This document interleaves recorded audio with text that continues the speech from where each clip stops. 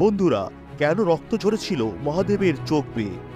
মহাদেবের অন্যতম বড় ভক্ত শিকারী ভেলরাজ কানাপ্পা।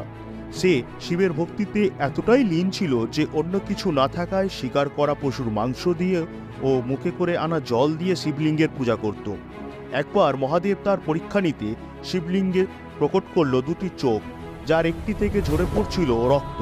এটি দেখে কানাপ্পা ঘাবড়ে গিয়ে জড়িবুটি এনে শিবলিঙ্গে দেয়, কিন্তু তাতেও রক্তধারা বন্ধ না হলে কানাপ্পা হতাশ হয়ে তীর দিয়ে তার নিজের একটি চোখ উপরে শিবলিঙ্গে লাগিয়ে দিল। এবার ওই চোখে রক্ত পড়া বন্ধ হয়ে গেলেও অন্য চোখে শুরু হলো রক্ত পড়া।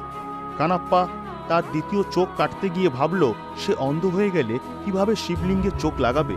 তাই সে তার পায়ের বুড়ো আঙুল শিবলিঙ্গের চোখে রেখে নিজের দ্বিতীয় চোখ উপরে শিবলিঙ্গে লাগালো। তাতে মহাদেব প্রসন্ন হয়ে কানাপ্পাকে দর্শন দিয়ে তার চোখের জ্যোতি